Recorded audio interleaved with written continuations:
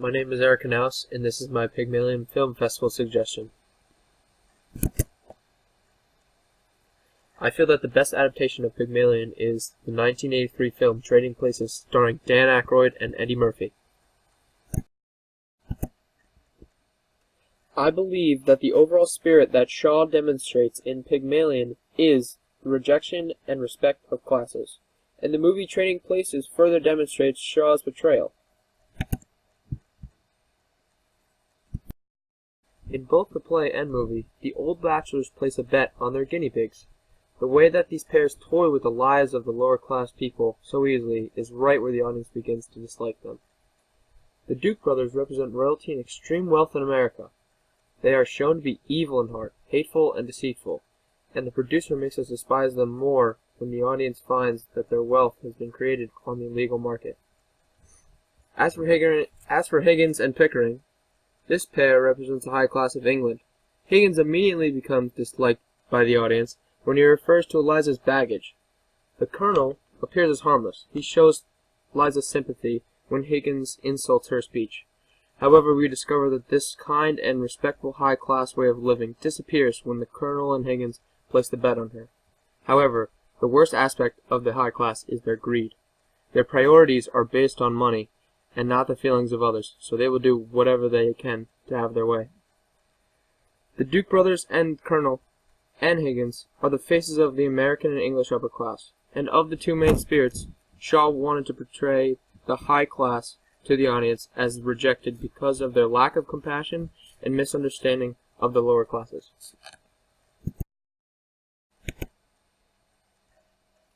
The lower class is both rejected and respected, shown through Eliza Doolittle and Billy Ray Valentine. We see Eliza Doolittle in a poor environment. Her speech is the first thing that we look down upon, and the way she's dressed makes her look more like a homeless woman rather than the main protagonist. In addition, in the beginning of Trading Places, the characters around Billy Ray, including the audience, are disgusted by how Valentine is conning as an amputee in order for money. However, as time passes, the poor characters become more respectable through their desirable traits. Eliza and Billy Ray Valentine might not work in a cubicle, but they strive to move up in society through their hard work. Shaw's usage of the quote, "The difference between a lady and a flower girl is not how she behaves, but how she is treated," characterizes the overall difference between class and what she strives for. She wants the desirable traits of a class above hers, and the pivotal moment when she gets an opportunity from Higgins makes the audience want to cheer her on. Billy Ray Valentine discovers a miracle opportunity very similar to Eliza's, when the Duke brothers offer him a house and a salary. Overall, we like the lower class determination, but we respect them out of sympathy and pity in hopes that we will never have it as bad as they do. This idea, combined with the fact that they are too uneducated to articulate English words normally, makes the lower class rejected in Shaw's eyes. The middle class, highlighted by Alfred Doolittle's sudden wealth and attitude, and Louis Winthrop, is the most desirable of any class. Society views this class as similar to the high class, but the middle class can be distinguished from high class clearly because of two things.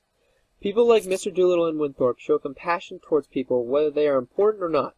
They also don't care themselves like most snobby high-class citizens do. The middle class also has wealth to the extent that they don't have to ration food and wear nice clothes every day like the low class does. Overall, they are respected because they don't have enough money to become greedy like the high class, but they have enough to be desired by the lower class.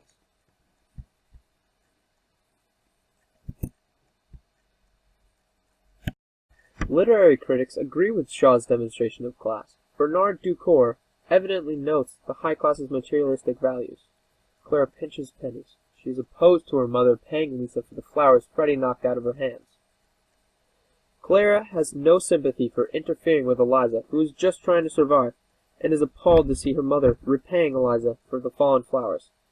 Ducour later elaborates on the lower class's determination to change class and live a better life. When Higgins explains, within earshot of Liza, the transformation of upstarts from 80 to 100,000 pounds a year and his ability to remove linguistic indications of their lower class origins, he suggests that social classes do not represent a permanent condition, that one can change one's social class, and that characteristics of different social classes can be eliminated. He interprets Higgins transforming Liza as a result of coming to him for help to show that the low class does not enjoy living in the rut of society. Ducour believes that the lower class has the dedication into trying to become higher in the socio-economic ladder of society, which he admires and respects.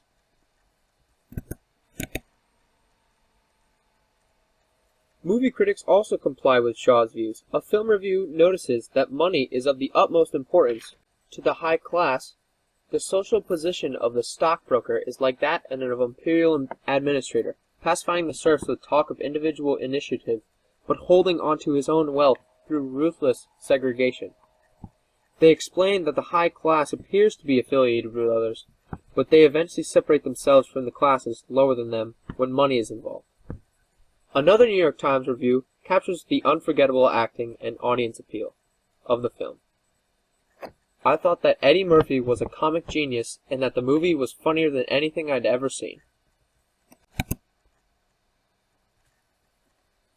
Although Trading Places has many similarities with the spirit in the play itself, there are a couple of differences. Trading Places has an Americanized view on values. The Dukes are money-stealing stockbrokers, while Higgins and Pickering are English experts in phonetics. There is a high to low class, as well as low to high class transformation, and the two main characters take revenge on the high class, Duke brothers. However, Americanization helps modernize the otherwise obsolete Pygmalion spirit in order for the audience to enjoy the film festival opener.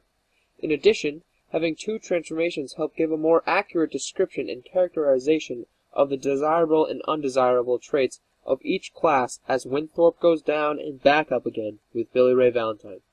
And when the two protagonists join together to climb up the social ladder, they take on revenge to the high class.